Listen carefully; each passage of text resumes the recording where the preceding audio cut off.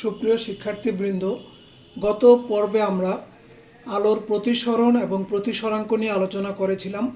এরই ধারাবাহিকতায় এই পর্বে আমরা প্রতিসরাঙ্কের কতগুলো গাণিতিক সমস্যা এবং কিছু গুরুত্বপূর্ণ সূত্র নিয়ে আলোচনা করব। তোমরা বোর্ডে দুটো গাণিতিক সমস্যা দেখতে পাচ্ছ। তার প্রথমটা হলো পানির প্রতিসরাঙ্ক 1.33 হলে পানিতে আলোর বেগ কত হবে। পানির প্রতিসরাঙ্ক এটাকে যদি আমরা মিউ ডব্লিউ দ্বারা প্রকাশ করি তাহলে mu W is equal two 1.33। পানির এই প্রতিসরাঙ্কটা কিন্তু পরম প্রতিসরাঙ্কের মান, পানির পরম প্রতিসরাঙ্কের মান। আর পরম প্রতিসরাঙ্ক বলতে আমরা বুঝি শূন্য বা বায়বীয় মাধ্যমের সাপেক্ষে কোনো একটা মাধ্যমের প্রতিসরাঙ্ক যখন নির্ণয় করা হয় সেটাকেই বলা হয় উক্ত মাধ্যমের পরম প্রতিসরাঙ্ক। কাজেই পানির প্রতিসরাঙ্ক 1.33 যেই কথা, পানির পরম প্রতিসরাঙ্ক 1.33 একই কথা। আমরা জানি প্রতিসরাঙ্ক একটা মাধ্যমের সাপেক্ষে আরেকটা মাধ্যমের প্রতিসরাঙ্ক বের করা হয়, কিন্তু এখানে দেখো মিউ ডব্লিউ মানে পানির প্রতিসরাঙ্ক হলো 1.33। বা পাশে কোনো কিছু নেই, কোনো কিছু না থাকার অর্থই হলো সেটা হয় বায়ু মাধ্যম বা শূন্য মাধ্যমের সাপেক্ষেই উক্ত মাধ্যমের প্রতিসরাঙ্কটা বের করা হয়েছে। তাহলে আমরা এখানে লিখতে পারি 0 মিউ ডব্লিউ, অর্থাৎ শূন্য মাধ্যমের সাপেক্ষে পানির প্রতিসরাঙ্ক 1.33, যেটা আমরা বলছিলাম পানির পরম প্রতিসরাঙ্কের মান। এখন আমরা একটা সূত্র লিখব, 0 mu W is equal two, উপরে লিখব মিউ ডব্লিউ, নিচে লিখব মিউ জিরো। এটা আমাদের একটা সূত্র যে লবের ক্ষেত্রে লবে থাকবে তোমার যেই মাধ্যমের প্রতিসরাঙ্ক আমরা নির্ণয় করি সেই মাধ্যমের পরম প্রতিসরাঙ্কের মান, আর হরে থাকবে যে মাধ্যমের সাপেক্ষে প্রতিসরাঙ্কটা বের করা হয় উক্ত মাধ্যমের পরম প্রতিসরাঙ্কের মান। ইজ ইকুয়াল টু আমরা লিখতে পারি C0 বাই CW, অর্থাৎ C0 হলো শূন্য মাধ্যমে আলোর বেগ ডিভাইডেড বাই পানি মাধ্যমে আলোর বেগ। তাহলে এই ক্ষেত্রে দেখো প্রতিসরাঙ্কের সাথে আলোর বেগের সম্পর্কটুকু কিন্তু ব্যস্তানুপাতিক, অর্থাৎ যে মাধ্যমে আলোর বেগ বেশি থাকবে সেই মাধ্যমের প্রতিসরাঙ্কটা কম থাকবে, আবার যে মাধ্যমের আলোর বেগ কম থাকবে সেই মাধ্যমে প্রতিসরাঙ্কের মানটা বেশি থাকবে। এখন দেখো আমরা মানগুলো যদি বসিয়ে দিই, মিউ ডব্লিউ তার মান জানি 1.33, আর মিউ জিরো অর্থাৎ শূন্য মাধ্যমের প্রতিসরাঙ্ক সেটা আমরা জানি 1। C0 শূন্য মাধ্যমে আলোর বেগ যেটা সবচেয়ে বেশি মান বহন করে সেটা হলো 3 × 10⁸ মিটার পার সেকেন্ড। আর CW যেটা আমরা বের করব অর্থাৎ পানি মাধ্যমে আলোর বেগ। তাহলে এই সমীকরণটুকুকে যদি আমরা সরলীকরণ করি তাহলে খুব সহজেই CW এর মানটা আমরা পেয়ে যাব, অর্থাৎ পানি মাধ্যমে আলোর বেগটা আমরা পেয়ে যাব। সেই মানটা হবে 2.25 × 10⁸ মিটার পার সেকেন্ড। তো এইভাবে আমরা খুব সহজেই পানি মাধ্যমে আলোর বেগটা আমরা নির্ণয় করে ফেললাম। আশা করি তোমরা অঙ্কটুকু বুঝতে পেরেছ। এবার আমরা দ্বিতীয় অঙ্কের ক্ষেত্রে একটু লক্ষ্য রাখি। দ্বিতীয় অঙ্কটুকু হলো পানি ও কাচের প্রতিসরাঙ্ক যথাক্রমে 1.33 এবং 1.5। তাহলে পানির সাপেক্ষে কাচের এবং কাচের সাপেক্ষে পানির প্রতিসরাঙ্ক কত হবে। তো একটু আগে বলছিলাম পানির প্রতিসরাঙ্ক 1.33 মানে পানির পরম প্রতিসরাঙ্ক, অর্থাৎ শূন্য মাধ্যমের সাপেক্ষে পানির প্রতিসরাঙ্ক হলো 1.33। একইভাবে কাচের প্রতিসরাঙ্ক 1.5 মানে হলো শূন্য মাধ্যমের সাপেক্ষে কাচের পরম প্রতিসরাঙ্ক হলো 1.5। তাহলে আমরা লিখতে পারি যে 0 mu W is equal two 1.33 এবং 0 মিউ জি মানে গ্লাসকে যদি আমরা জি দ্বারা প্রকাশ করি তাহলে 1.5, অর্থাৎ শূন্য মাধ্যমে পানির পরম প্রতিসরাঙ্ক 1.33 এবং শূন্য মাধ্যমে কাচের প্রতিসরাঙ্ক 1.55। প্রথমে আমাদেরকে বের করতে হবে পানির সাপেক্ষে কাচের প্রতিসরাঙ্ক কত। তা আমরা জানি যে মাধ্যমের সাপেক্ষে প্রতিসরাঙ্ক বের করা হয় সেটা থাকবে মিউ এর বা পাশে, যেহেতু পানির সাপেক্ষে তাহলে ডব্লিউ, এবং কাচের বের করব তাহলে জিটা থাকবে মিউ এর ডান পাশে, সমান সমান লবে থাকবে মিউ জি এবং হরে থাকবে মিউ ডব্লিউ। অর্থাৎ পানির সাপেক্ষে কাচের প্রতিসরাঙ্ক ইজুকল টু কাচের পরম প্রতিসরাঙ্ক ডিভাইডেড বাই পানির পরম প্রতিসরাঙ্ক। তাহলে আমরা কাচের পরম প্রতিসরাঙ্ক জানি 1.5 এবং পানির পরম প্রতিসরাঙ্ক জানি 1.33। যে রেজাল্টটা বের হবে সেটা হলো 1.127। তাহলে আমরা বের করে ফেললাম যে পানির সাপেক্ষে কাচের প্রতিসরাঙ্ক 1.127। একটা উত্তর আমরা পেয়ে গেলাম। এবার দ্বিতীয় উত্তরটা, কাচের সাপেক্ষে পানির প্রতিসরাঙ্ক কত হবে? তার জন্য আমরা আরেকটা সূত্র ব্যবহার করব, একটু খেয়াল রাখবে। যদি এ মাধ্যমের সাপেক্ষে বি মাধ্যমের প্রতিসরাঙ্ক হয় এ মিউ বি, তাহলে বি মাধ্যমের সাপেক্ষে এ মাধ্যমের প্রতিসরাঙ্ক হবে এ মিউ বি এর বিপরীত একটা রাশি, অর্থাৎ 1/বি মিউ এ। তাহলে সূত্রটা কি দাঁড়ালো? এ মাধ্যমের সাপেক্ষে বি মাধ্যমের প্রতিসরাঙ্ক equal to 1 divided by b মাধ্যমের সাপেক্ষে এ মাধ্যমের প্রতিসরাঙ্ক। তাহলে আমরা এই সূত্রটা ব্যবহার করে ডব্লিউ মিউ জি অর্থাৎ পানির সাপেক্ষে কাচের প্রতিসরাঙ্ক ইজুকল টু 1/জি মিউ ডব্লিউ, অর্থাৎ 1/ কাচের সাপেক্ষে পানির প্রতিসরাঙ্কের মান। তাহলে আমরা আমাদের বের করতে হবে কাচের সাপেক্ষে পানির প্রতিসরাঙ্ক, অর্থাৎ জি মিউ ডব্লিউ এর মানটা বের করতে হবে।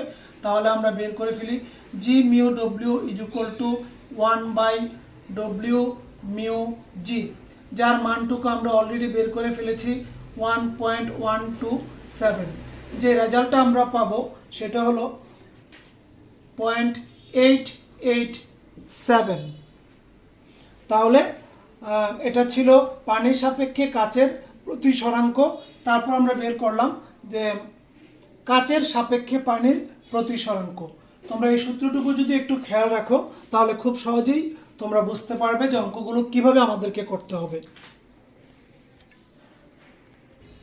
এবার আমরা দেখব আলো যখন পরপর সমান্তরালভাবে স্থাপিত কয়েকটা মাধ্যমের মধ্য দিয়ে একই সাথে প্রতিসরিত হয় তখন ঘটনাটা কি ঘটে। অর্থাৎ ধরে নিলাম এখানে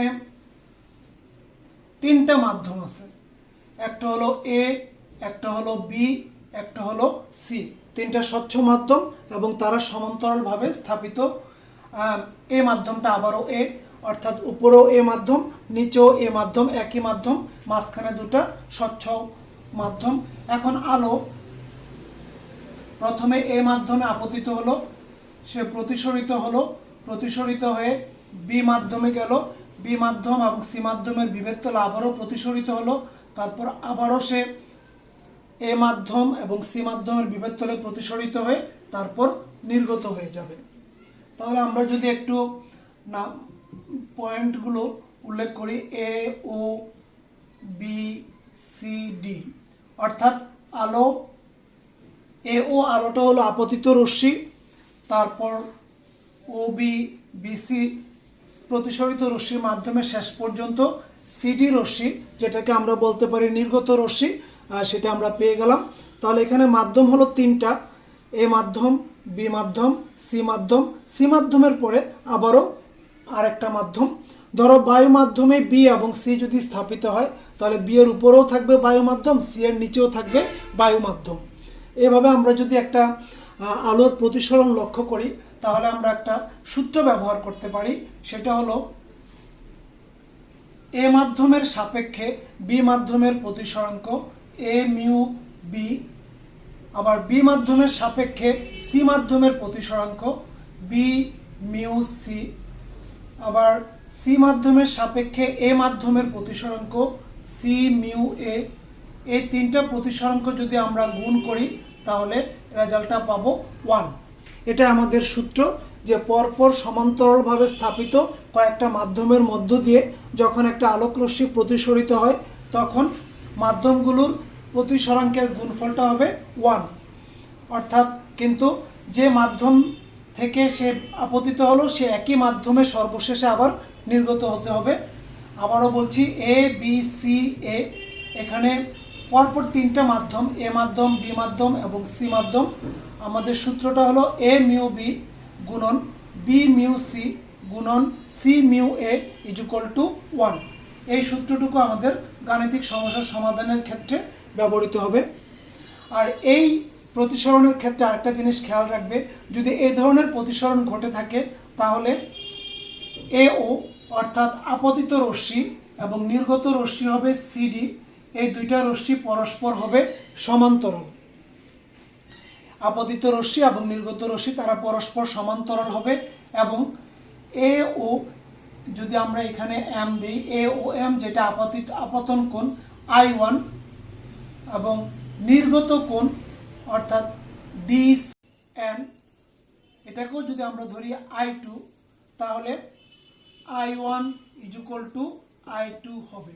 তাহলে এই দুইটা বিষয় একটু লক্ষ্য রাখবে যে এই ধরনের প্রতিসরণের ক্ষেত্রে অর্থাৎ পরস্পর সমান্তরালভাবে স্থাপিত কয়েকটা স্বচ্ছ মাধ্যমের মধ্য দিয়ে আলো যখন প্রতিসরিত হয়ে সর্বশেষে আবার একই মাধ্যমে নির্গত হয়, তখন আপতিত রশ্মি এবং নির্গত রশ্মি পরস্পর সমান্তরাল থাকে এবং আপতন কোণ ও নির্গত কোণ, নির্গমন কোণ, এই দুইটা কোণও পরস্পর সমান হয়ে থাকে। তাহলে আমরা এখন এরকম প্রতিসরণের ক্ষেত্রে একটা অঙ্ক আমরা এখন করব, গাণিতিক সমস্যার সমাধানের চেষ্টা করব। এবার গাণিতিক সমস্যাটুকু একটু দেখো। আলো বায়ু থেকে পর্যায়ক্রমে তেল ও পানি মাধ্যমের প্রতিসরণের পর পুনরায় বায়ু মাধ্যমে ফিরে গেলে পানির সাপেক্ষে তেল এর প্রতিসরাঙ্ক কত হবে? তাহলে আলোটা প্রথমে বায়ুতে ছিল, তারপর সে পর্যায়ক্রমে তেল এবং তারপর অবস্থিত পানি মাধ্যমে প্রতিসরিত হলো এবং সর্বশেষে সে আবার বায়ু মাধ্যমে ফিরে গেল। আমাদেরকে বের করতে হবে পানির সাপেক্ষে তেলের প্রতিসরাঙ্ক কত হবে। তাহলে আমরা যদি একটু চিত্রটা এঁকে ফেলি, ধরো এটা হলো বায়ু মাধ্যম, বায়ু মাধ্যমকে আমরা এয়ারের এ দ্বারা প্রকাশ করলাম। তারপর অবস্থিত হলো তেল মাধ্যম, তেলকে আমরা ওয়েল দ্বারা প্রকাশ করলাম, ও আই এল, ওয়েল। তারপর পানি মাধ্যম, পানি মাধ্যমকে আমরা ডব্লিউ দ্বারা প্রকাশ করলাম এবং সর্বশেষ সে আবার ফিরে গেল বায়ু মাধ্যমে অর্থাৎ এয়ারে। তাহলে এই ক্ষেত্রে আমাদেরকে বের করতে হবে পানির সাপেক্ষে তেলের প্রতিসরাঙ্ক। তাহলে পানিটা থাকবে মিউ এর বাঁদিকে আর তেলটা থাকবে ডান দিকে, এটা আমাদেরকে বের করতে হবে। তাহলে এখানে আমাদের পরপর তিনটা স্বচ্ছ মাধ্যম সমান্তরালভাবে স্থাপিত, তো এই ক্ষেত্রে আমরা সূত্রটুকু ব্যবহার করব, তিনটার প্রতিসরাঙ্কের গুণফল নিব আমরা, অর্থাৎ বায়ু সাপেক্ষে তেলের প্রতিসরাঙ্ক, বায়ু হলো এ মিউ ওয়েল গুণন তেলের সাপেক্ষে পানির প্রতিসরাঙ্ক ওয়েল মিউ ডব্লিউ গুণন পানির সাপেক্ষে বায়ুর প্রতিসরাঙ্ক ডব্লিউ মিউ এ ইজুকাল টু হলো 1। যে সূত্রটুকু আমরা একটু আগে প্রতিষ্ঠিত করেছি, তাহলে হলো যে বায়ু সাপেক্ষে তেলের প্রতিসরাঙ্ক গুণফল তেলের সাপেক্ষে পানির প্রতিসরাঙ্ক গুণফল পানি সাপেক্ষে বায়ুর প্রতিসরাঙ্ক, তিনটার গুণফল কত হবে? 1। তাহলে আমাদেরকে বের করতে হবে পানির সাপেক্ষে তেলের প্রতিসরাঙ্ক, কিন্তু আমাদের সূত্রে যদি আমরা বসাই তাহলে আমরা যেটা পেলাম সেটা হলো তেলের সাপেক্ষে পানির প্রতিসরাঙ্ক। তো একটু আগেই বলছিলাম যে 1/, সেটা কি হবে? উল্টে যাবে, অর্থাৎ পানির সাপেক্ষে তেলের প্রতিসরাঙ্ক। সহজ কথা যে তেলের সাপেক্ষে পানির প্রতিসরাঙ্ক ইজুকাল টু 1/, পানির সাপেক্ষে তেলের প্রতিসরাঙ্ক। এখন পানির সাপেক্ষে বায়ু সাপেক্ষে তেলের প্রতিসরাঙ্ক, যেটার মান অলরেডি দেওয়া আছে 1.52, আর আমাদের কাছে আছে যে পানির সাপেক্ষে বায়ুর প্রতিসরাঙ্ক, কিন্তু আমাদের প্রশ্নে যে মানটা দেওয়া আছে সেটা হলো বায়ু সাপেক্ষে পানির প্রতিসরাঙ্ক। তো এটাকে আমরা এভাবে লিখতে পারি যে 1/a mu W equal to হলো 1। তাহলে আমরা কি করলাম একটু খেয়াল করো, আমাদের সূত্র অনুযায়ী যদি বসাই তাহলে আমরা পাই যে তেল সাপেক্ষে পানির প্রতিসরাঙ্ক, কিন্তু আমাদেরকে বের করতে হবে পানির সাপেক্ষে তেলের প্রতিসরাঙ্ক। তাহলে আমরা জানি যে A mu B is equal to 1/b mu A, কাজেই তেলের সাপেক্ষে পানির প্রতিসরাঙ্কের পরিবর্তে আমরা বসালাম 1/ পানির সাপেক্ষে তেলের প্রতিসরাঙ্ক। ঠিক একইভাবে আমাদের সূত্র অনুযায়ী পেয়েছি পানির সাপেক্ষে বায়ুর প্রতিসরাঙ্ক, কিন্তু আমাদের মানটা দেয়া আছে বায়ুর সাপেক্ষে পানির প্রতিসরাঙ্ক।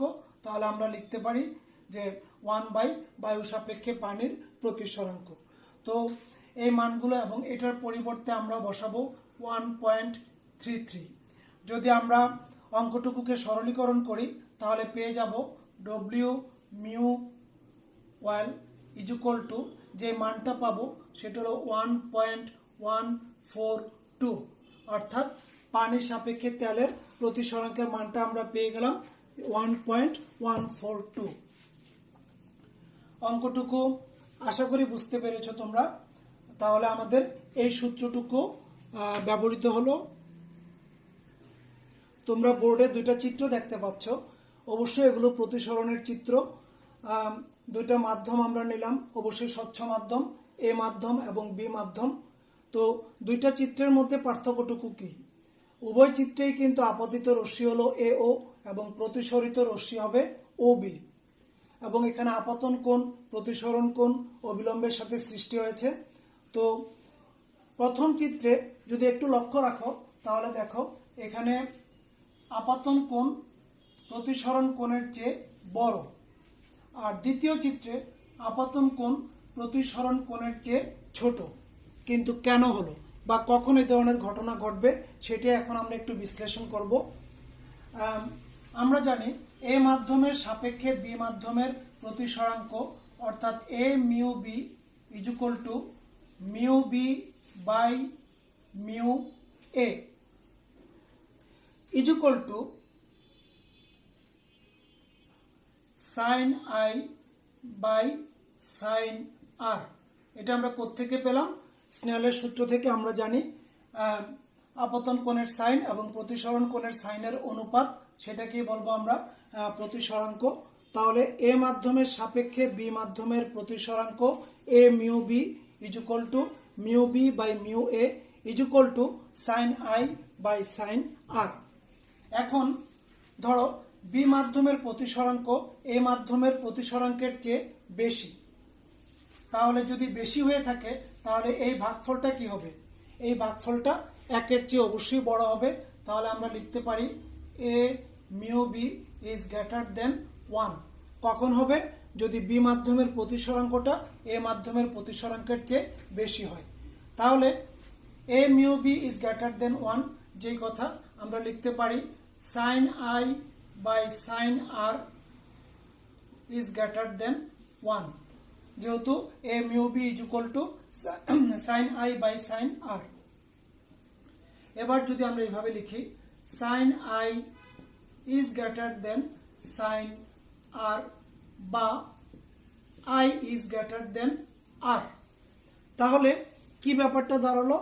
যদি বি মাধ্যমের প্রতিসরাঙ্ক এ মাধ্যমের প্রতিসরাঙ্কের চেয়ে বেশি হয় তাহলে আপতন কোণ প্রতিসরণ কোণের চেয়ে বড় হবে। আর তাহলে আমাদের আপতন কোণ যদি প্রতিসরণ কোণের চেয়ে বড় হয়, 1 নং চিত্র অনুযায়ী ঘটনাটা ঘটবে। তাহলে কি বলছিলাম যে বি মাধ্যমের প্রতিসরাঙ্ক বেশি। বি মাধ্যমের প্রতিসরাঙ্ক বেশি মানে হলো বি মাধ্যমটা এ মাধ্যমের তুলনায় অধিক ঘন, অর্থাৎ আলো যখন হালকা মাধ্যম থেকে ঘন মাধ্যমে প্রবেশ করে প্রতিসরণের মাধ্যমে, তখন আপতন কোণ প্রতিসরণ কোণের চেয়ে বড় হয়। তোমরা একটু লক্ষ্য রাখবে, বলছিলাম যে মাধ্যম ঘন, এই ঘনত্বটা কিন্তু আমাদের প্রাকৃতিক ঘনত্বের সাথে মিল খাবে না, অর্থাৎ এটা হলো আলোকীয় ঘনত্ব, অর্থাৎ বি মাধ্যমের আলোকীয় ঘনত্ব এ মাধ্যমের আলোকীয় ঘনত্বের চেয়ে বেশি। প্রাকৃতিক ঘনত্ব এবং আলোকীয় ঘনত্বের মধ্যে ডিফারেন্সটা কি একটা উদাহরণ দিলেই বুঝতে পারবে।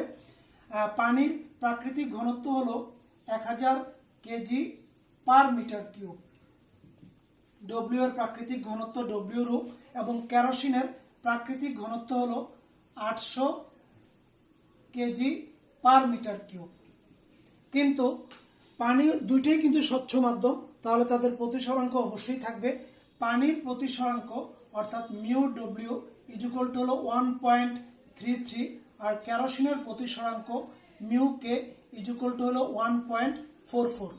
লক্ষ্য করো, পানির প্রাকৃতিক ঘনত্ব বেশি কিন্তু প্রতিসরাঙ্কের মানটা কম, তার মানে আলোকীয় ঘনত্ব পানির কম কেরোসিনের চেয়ে অবশ্যই, এবং কেরোসিনের আলোকীয় ঘনত্ব বেশি।